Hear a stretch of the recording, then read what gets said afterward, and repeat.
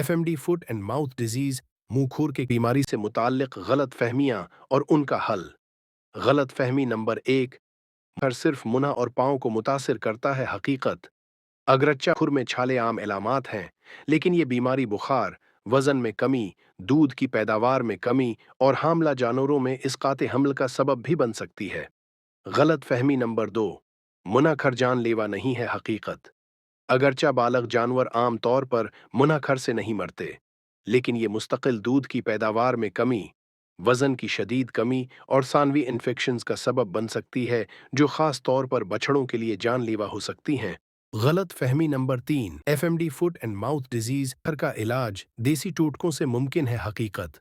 कुछ देसी इलाज वक्ती तौर पर आराम दे सकते हैं, लेकिन चूंकि एफएमडी एक वायरस से फैलती है, इसलिए इसके लिए मुनासिब वैक्सीनेशन और मेडिकल मैनेजमेंट जरूरी है। गलत फहमी नंबर 4। अगर एक बार जानवर सेहतियाब हो जाए तो जिंदगी भर के लिए मुदाफात मिल जाती है हकीकत। एफएमडी फुट एंड मूथ डिजीज मुनाखर के कई मुख्तलफ वायरस होते हैं। अगर एक जानवर किसी एक किस्म के वायरस हो जाए तो उसके बाद वो जानवर इस वायरस के लिए मुदाफात हासिल कर लेता है। से सेहतियाब हो जाए तो वो किसी दूसरे वायरस से दोबारा मुतासिर हो सकता है, इसलिए बाकायदा वैक्सीनेशन बहुत ज़रूरी है। गलत फहमी नंबर 5। अगर इलाके में का फुट एंड मूथ डिजीज मुनाखर का कोई केस ना हो तो वैक्सीन लगवाने की ज़रूरत नहीं हकीकत।